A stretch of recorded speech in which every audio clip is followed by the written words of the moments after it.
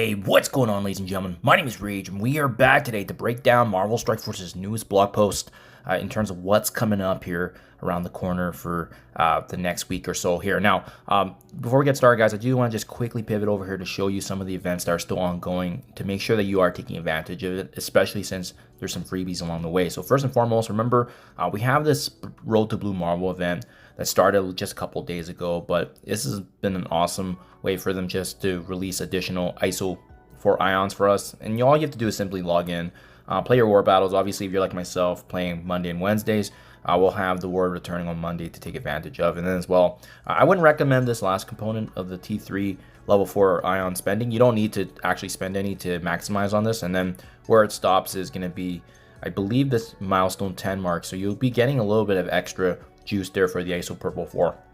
So just something to take advantage of, right? And if you haven't already and you didn't check out my video from before, make sure you guys are also doing the Multiversal Hellstorm. And again, once you're able to access this, whether it's war attacks, I believe, as well as the free claims, it's going to allow you to enter into this milestone. And you do have to select it to actually record your points, and that's how you can claim 100 free shards of Daemon. In addition to, as you can see here now, the official confirmation that Iron Fist is going to be a part of this Immortal Weapons team coming, and we already saw the teasers and leak there from a couple days ago. So just something to be excited for there. Of course, we still are waiting confirmation on what this team is going to be, whether it's going to be potentially a new Spotlight Raid team, potentially the next Mystic Raid team. Definitely looks like that, since, you know, Iron Fist is also a Mystic character, so just something to watch out for in the coming week. There it is right there in terms of just the events. Now let's talk about what's actually from the blog post. And we saw this in the data mines too, right, guys? So, but Blastaar, his finale, his last and final Scourge, is going to be returning next week, as we kind of saw and speculated. And very similar to Quasar, his red stars are going to be easily accessible. We essentially just need to go through it and maximize on the milestone reward. So that's kind of, you know, that's why I wasn't pressured to partake or, you know, try too hard on these Scourge events, is because we know at the very end, when this returns for the final time, it's actually quite straightforward to get through it. And then now everyone's going to get access to the 7 red, which is awesome, because he definitely has rocketed up my list of usable characters in Crucible, especially since he has a very unique kit, and depending on who you pair him with, he can actually counter some Xavier defenses too, which is really, really nice. So yeah, build Blastaar up, guys. Remember, he's gonna be really, really important as part of going forward into Chapter 3 with Thunderstrike. As we saw, Quasar was usable in Blastaar Scourge, so I'm assuming that both Quasar and Blastaar will also be usable in Thunderstrike's trial events as well. So just something to take advantage of the value there. So bringing him up to Gear Tier 19 is great. If you're planning to bring this character up to Gear Tier 20 for Age of X, he can be definitely a very viable option there as well for that villain section. So that's something to be excited for. I'm definitely looking forward to breaking that down for you guys. The Strike Pass, they did actually, on the mention of the T3 level 4 ions here, they did say actually there was going to be some included in the next Strike Pass. So sorry, I kind of glanced over that, but yeah, that's going to be something to look forward to as well. Just some more freebies, right? They're releasing more and more of these ions, which is as expected, because typically when they're anticipating a big release like Blue Marvel, well, they usually try to make it a little bit more free-to-play friendly and release more of these resources as the longer it goes by, especially now that we have also the level 5, the Crucible of Eternity, I think it's right, or Curse of Eternity, whatever that event's called, in terms of the first level 5 ions. Now, going forward, we would expect them to also include, you know, both level 4 and level 5 in future leaderboards. So yeah, that's awesome to see. We got confirmation, guys. So very similar to Daemon, taking a little bit longer, but of course they have to kind of stagger this now.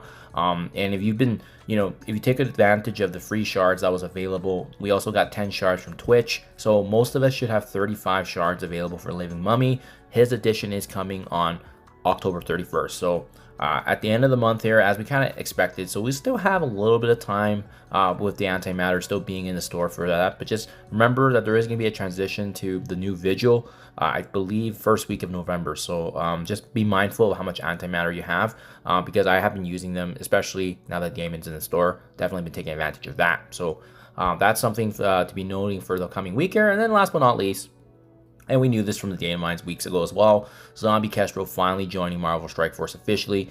There is going to be a limited time event for her. I think it's going to be like reviewing the blog. It sounds like we're going to be farming orb fragments similar to what we've done in the past with, Zombie Scarlet Witch, and then before then it was Zugs. So I think that's what it sounds like. There's gonna be campaign nodes that we farm with the energy, and the more fragments you farm equals more orb fragments, which will then translate to guaranteed shards of Zombie Kestrel. Now, having said that, those orbs also include the other characters like Zombie Scarlet Witch, so we're gonna get some more opportunities for her. But because it gets muddled a bit, I think Kestrel was guaranteed, but depending on how many open, obviously it's going to be a numbers game. So again, if you guys are interested in War, interested in the Undying team, this is finally going to be fully wrapping up that entirety of that team for War. So I personally only have Zugs built up, so to be honest, I don't know how hard I'm going to go on this event, especially since we have the event right now with the purple ISO 5 guy. So I'll keep you posted on that, but it likely will be a pass for me, just because one team isn't really going to make it or break it for me, and especially since we have the announcement already of immortal weapons, and my focus is Blue Marvel and Sentry unlocks, because those are going to be some meta changers that immediately benefit my roster from more of a wider perspective, and especially if they're probably going to have some sort of influence in arena as well, generating those power cores for myself.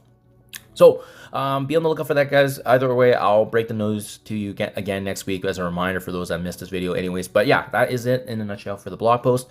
Do let me know down in comments below. Don't forget to claim those freebies like I mentioned earlier. And also don't forget, remember, we can use the code WebPlayable every single day for the next few days here to take advantage of 2 million gold. So make sure you are capitalizing on that as well. There's a lot of freebies that have been released as of late. Thank you for your time as always, and I'll catch you guys in the next one.